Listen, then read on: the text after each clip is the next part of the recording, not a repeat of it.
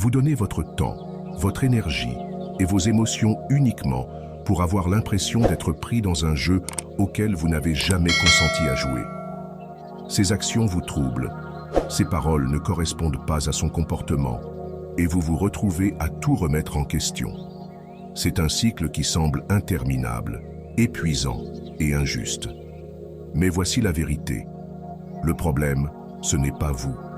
Le problème, c'est le pouvoir que vous donnez inconsciemment lorsque quelqu'un manipule vos émotions.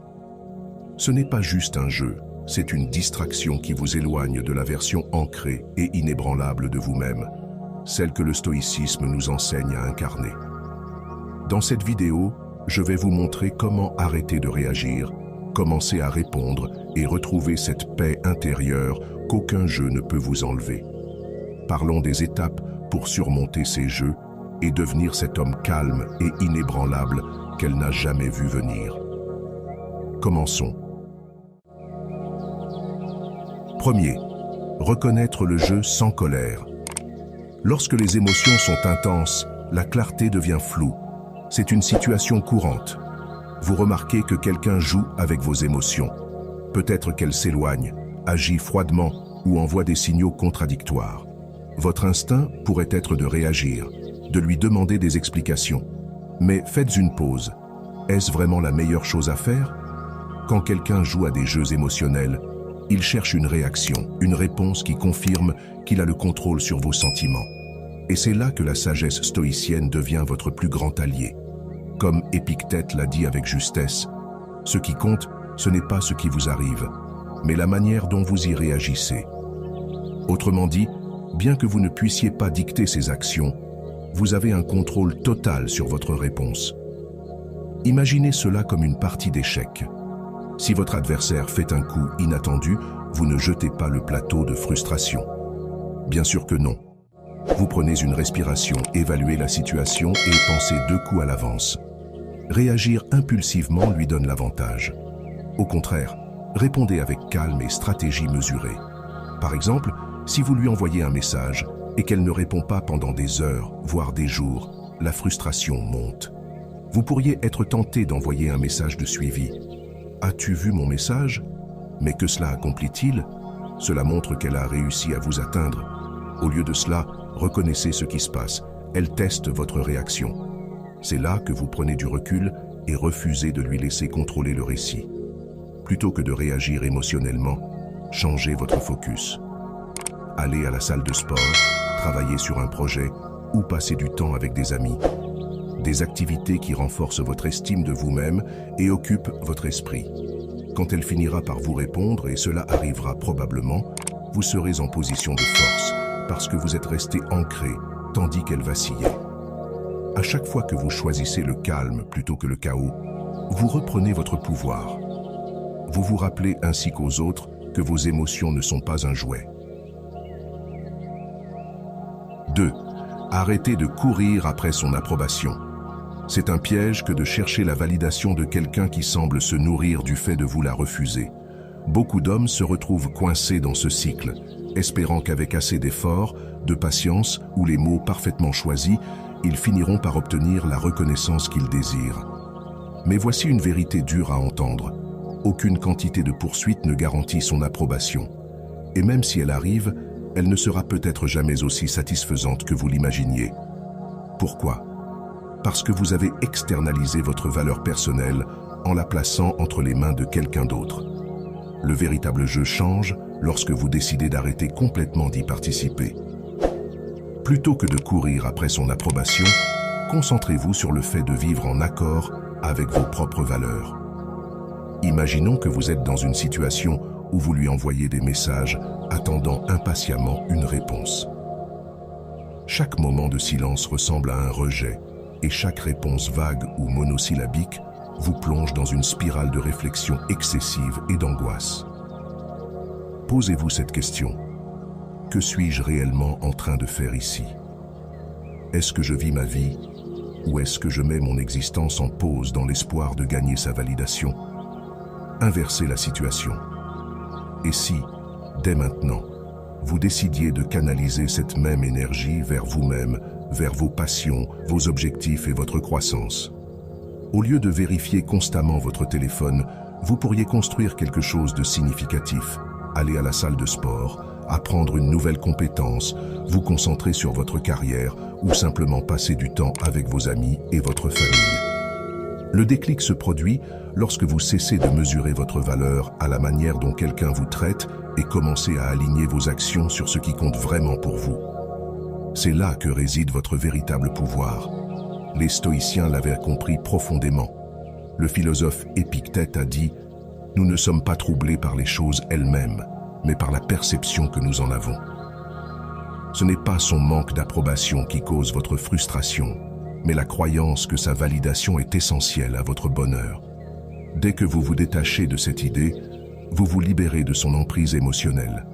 Ses réponses tardives, son comportement chaud et froid, ou même son rejet direct, ne définissent plus votre valeur. 3. Protégez votre énergie émotionnelle. L'énergie émotionnelle est une ressource précieuse, une force qui alimente votre capacité à naviguer dans la vie avec clarté et confiance. Pourtant, beaucoup d'entre nous la laissent sans défense, permettant à d'autres de l'épuiser par des comportements manipulateurs, des conversations toxiques ou des drames inutiles. Imaginez votre bien-être émotionnel comme une forteresse sans barrière. Les portes sont grandes ouvertes, vous rendant vulnérable à quiconque souhaite exploiter votre gentillesse ou votre patience. Protéger votre énergie émotionnelle ne consiste pas simplement à survivre, mais à prospérer dans un monde qui met souvent votre résolution à l'épreuve. Pensez à ce scénario. Vous êtes dans une relation ou en train de construire un lien avec quelqu'un et tout semble bien au début. Mais au fil du temps, vous remarquez des signes subtils de manipulation. Peut-être qu'elle ignore vos messages mais attend une réponse immédiate quand elle vous contacte. Peut-être qu'elle rejette vos opinions lors des conversations ou utilise des jeux émotionnels pour vous garder dans l'incertitude.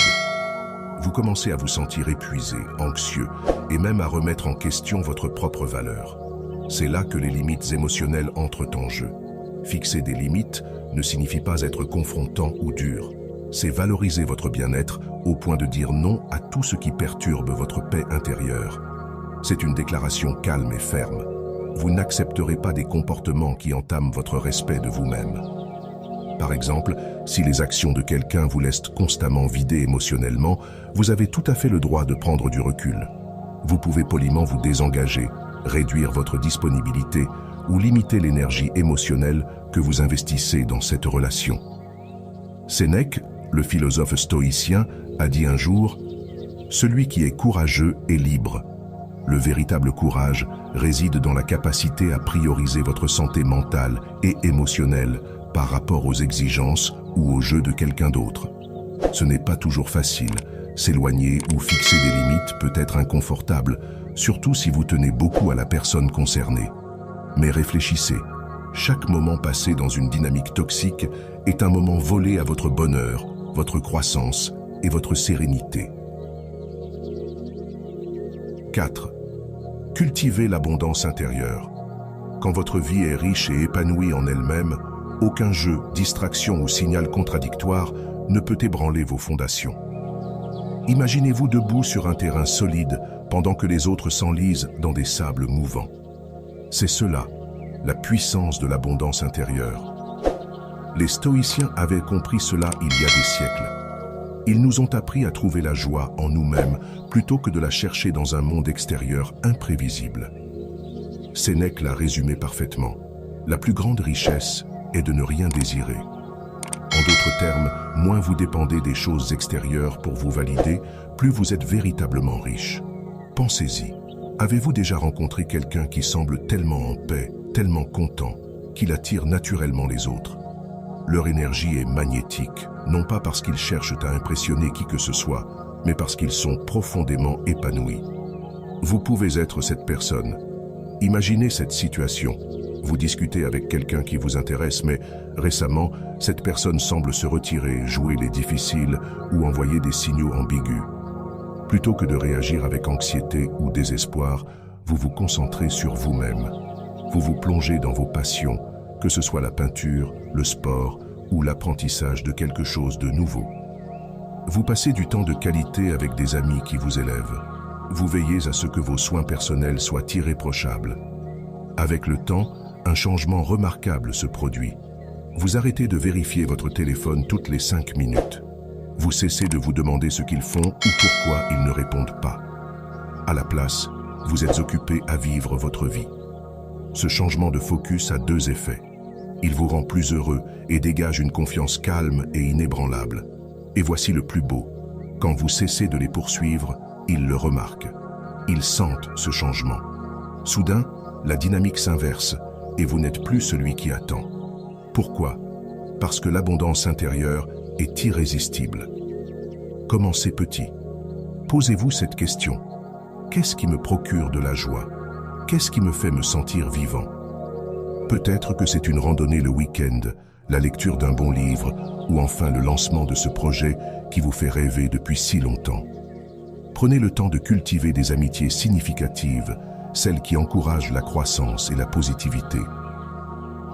J'espère que ce message t'a été utile. Si tu as aimé la vidéo, je te serai reconnaissant de laisser un j'aime et de t'abonner. Montre que tu es dans la minorité qui cherche la vraie valeur.